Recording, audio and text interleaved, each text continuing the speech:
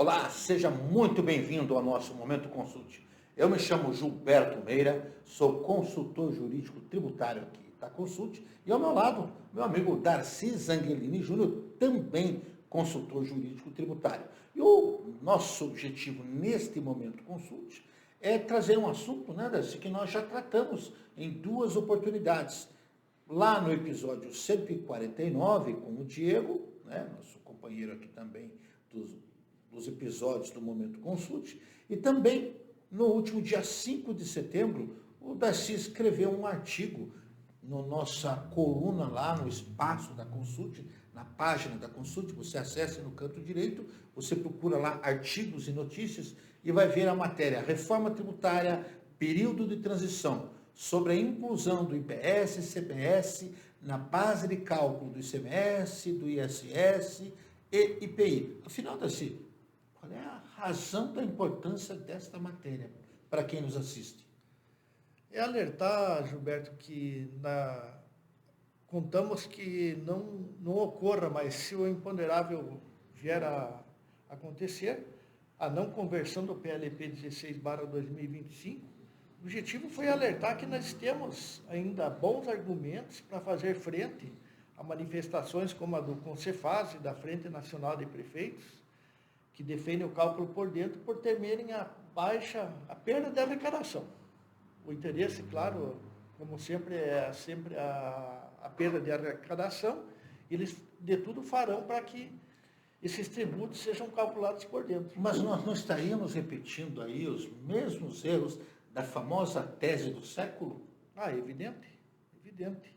E com todas as probabilidades de ter o mesmo desfecho. Quer dizer, sabendo-se do resultado que já tivemos em situação análoga, ainda assim se insiste em manter a ideia de que o IBS e a CMS devam ser incluídos na base de cálculo do ICMS, do ISS e do IPI. É isso mesmo? É verdade esse bilhete?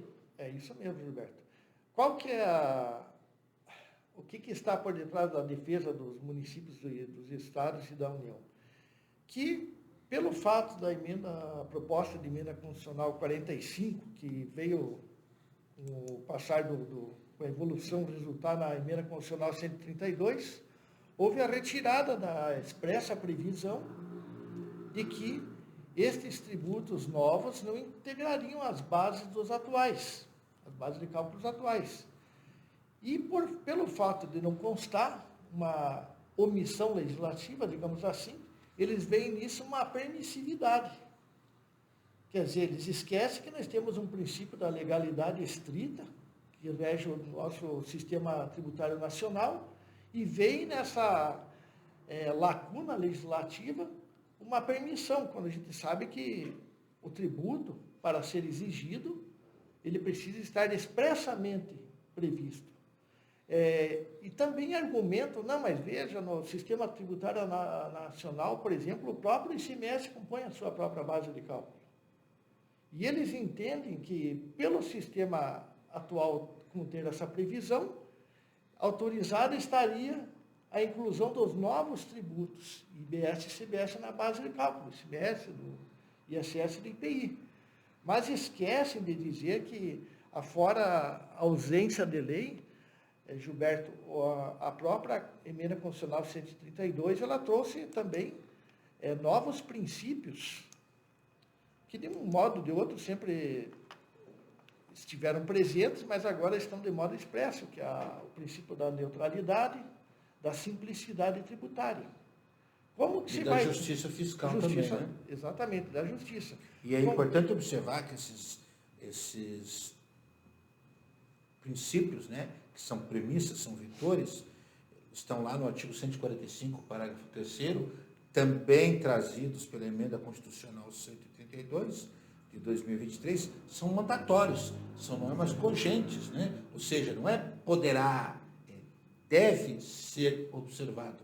É o que a gente chama de cogência, imposição. Exatamente. Não é isso? E lá está previsto o interesse que ele deve considerar justiça fiscal, simplicidade e transparência, que é exatamente o oposto do que tem se alegado na proposta de implementação do IBS e da CBS, né? Exatamente. Só voltando ali, Gilberto, quando eu digo que uma das teses de defesa dos entes tributantes é de que o sistema tributário atual já comporta, então você incluir agora o IBS e o CBS não seria nenhuma novidade. O que eles estão querendo implementar na prática é uma analogia. Só que a analogia é uma técnica de hermenêutica, de interpretação, mas não para a criação de tributo. O parágrafo do 108. 108 diz que a analogia não pode representar tributação ou dispensa da tributação. Exatamente. Ou seja, eu estou usando uma interpretação análoga, né, de tal forma que, olha, analogamente tem que haver. Estou, na verdade, criando tributo numa situação por analogia, o que é vedado terminantemente no artigo 108 do CTN. Isso é técnica de interpretação, não é isso? Exatamente, Gilberto. E ontem nós estivemos na cidade de Ponta Grossa, Terceiro Fórum Tributário, promovido pela Associação Comercial Industrial de Ponta Grossa. Né? E tivemos com a grata honra de ver uma palestra de Adriano Subirá, que é um funcionário público da Receita Federal do Brasil, e que esteve emprestado, digamos assim, para participar das comissões que formaram todas as emendas constitucionais que hoje nós estamos debatendo, resultaram na consolidação da lei. E que nos confidenciou, que tem dedo dele neste PLP. Então, ou seja, ele teve condição de, mesmo sendo um agente público, entender que há um equívoco grosseiro e auxiliar os deputados, porque quem assina, é bom que se diga, é o deputado Gilson Marques, até onde me parece é de Santa Catarina, né? E ele acaba por assinar esta proposta, isso novo de Santa Catarina, junto com os deputados Ricardo Salles, de São Paulo, Adriana Ventura, também de São Paulo, e o Marcel Van Hatten, lá do Rio Grande do Sul. E este PLP, só para a gente rememorar, enquanto se organiza mais algumas observações importantes, basicamente altera a Lei Candir, lá no parágrafo 8º do artigo 13, dizendo, olha, não integra a base de cálculo do ICMS o IBS e a CBS. Da mesma forma, lá na Lei Complementar 214, sim, só na Câmara tem mais de 20 PLPs alterando a Lei Complementar 214, o que comprova, assim, um argumento que eu tenho insistido, a pressa com que isso foi feito, sim, produziu uma série de equívocos grosseiros como este, né? E, por conseguinte, também temos projetos já encaminhados no âmbito do Senado Federal que completarão esta ideia. E lá na Lei Complementar 214, ele determina que IBS e a CBS não integram a base de cálculo do IPI e do ISS, além do ICMS, né? Deixando muito claro que realmente a ideia nunca foi incrementar esta base de cálculo, né? Isso tem a ver com o princípio da neutralidade, o princípio da justiça fiscal, que você falou. E como é que anda este projeto? Qual é a expectativa? O que é que justifica a gente trazer informação a esta altura do campeonato, Darcy? Olha, Gilberto, é bom que se diga que no artigo que foi escrito tem esse alerta também, que se eventualmente esse PLP não for convertido em lei, existe ainda uma eventual brecha para cobrar a inclusão do IBS e da CBS nas operações aduaneiras, porque tem uma previsão lá na Lei Candir, no artigo 13, inciso 5, a linha E, que prevê que quaisquer outros impostos, taxas, contribuições e despesas aduaneiras poderão compor a base de cálculo quando se tratar de uma operação de desembaraço aduaneiro. Então, para essa hipótese, ainda existe um risco. Mas o objetivo principal do PLP é afastar, inclusive, essa previsão, para que em toda e qualquer operação, e não só na aduaneira, você possa afastar o cálculo por dentro. Para aqueles que querem saber quantas anda este PLP, Darcy e eu fizemos uma pesquisa aqui no site da Câmara.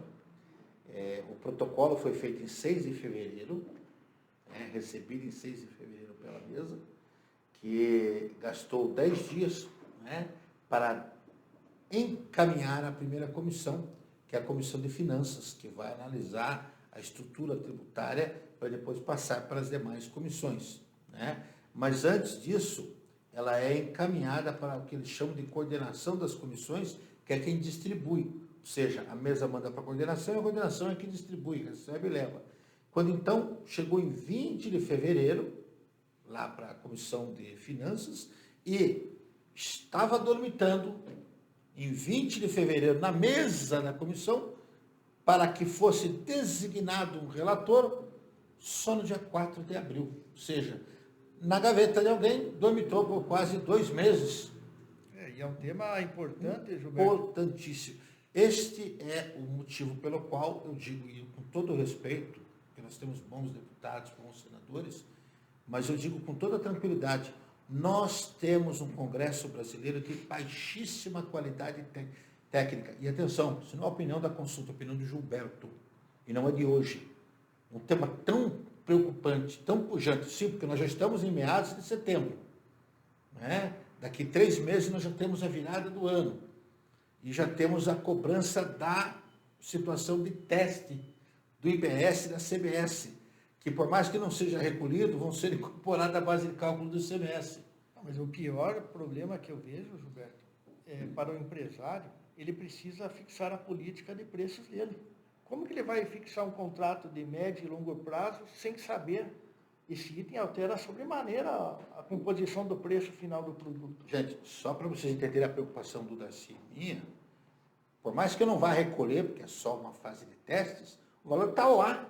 Sim. Como diria a Fiore Gigante, como um corpo estendido no chão. Não tem como deixar de vê-lo, né? E ele vai ter que ser somado. E aí, realmente, como é que o empresário vai precificar um troço desse? Por isso que, afora esses alertas que nós estamos fazendo, que embora exista base jurídica para a contestação, é importantíssimo que os contratos que venham a ser firmados considerem isso. Considere essa hipótese de você rever os preços. Porque o sujeito pode, por exemplo, ele ser conservador, eu vou incluir também no meu preço do meu produto os tributos considerados no cálculo por dentro.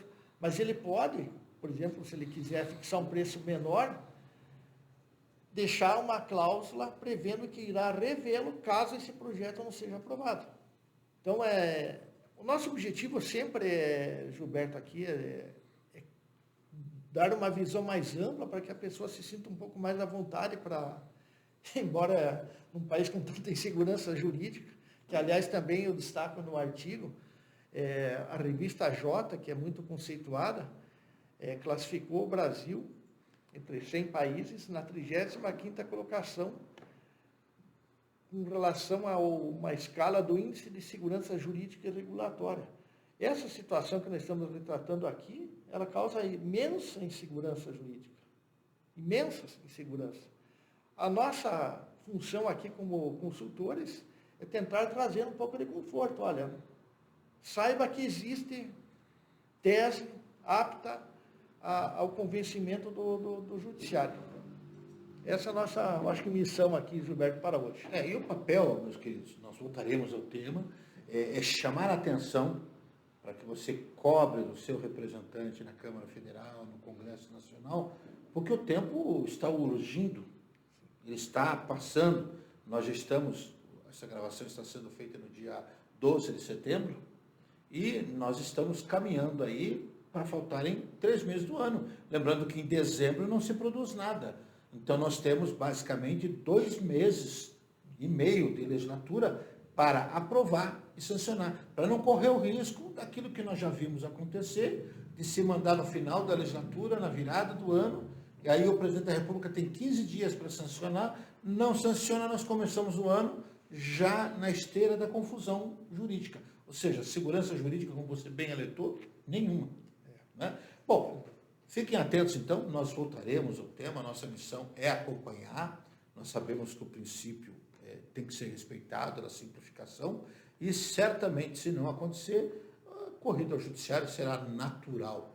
Um forte precedente da tese do piso. Tese do século, e detalhe, todos os filhos e filhas que foram surgindo.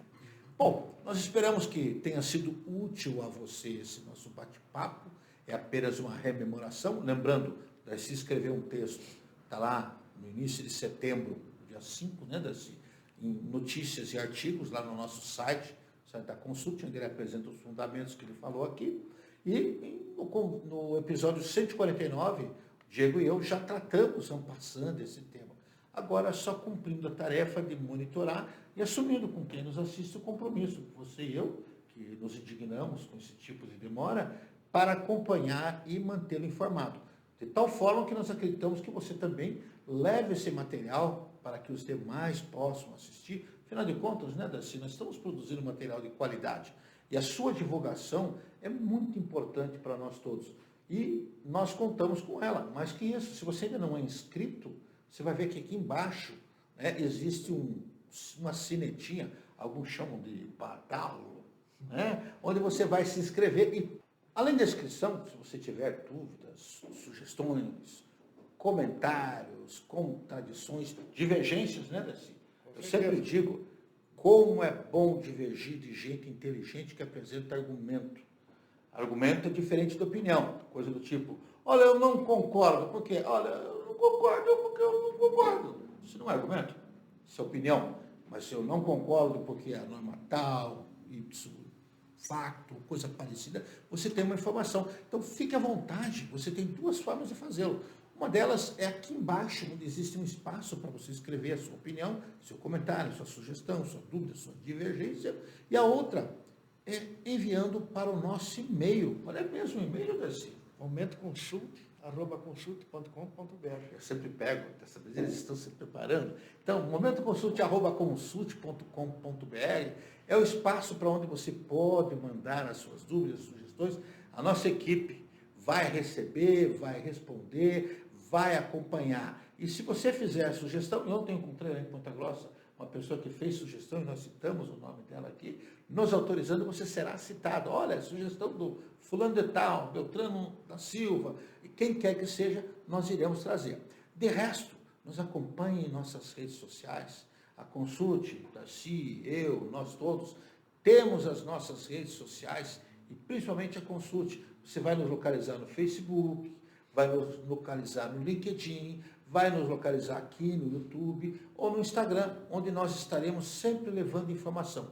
Divulgue nosso nome, leve nossa informação e, em precisando, pode contar. Nós estamos aqui para vocês. Não é isso, Darcy? Isso mesmo. Meus queridos, até a próxima. Até a próxima.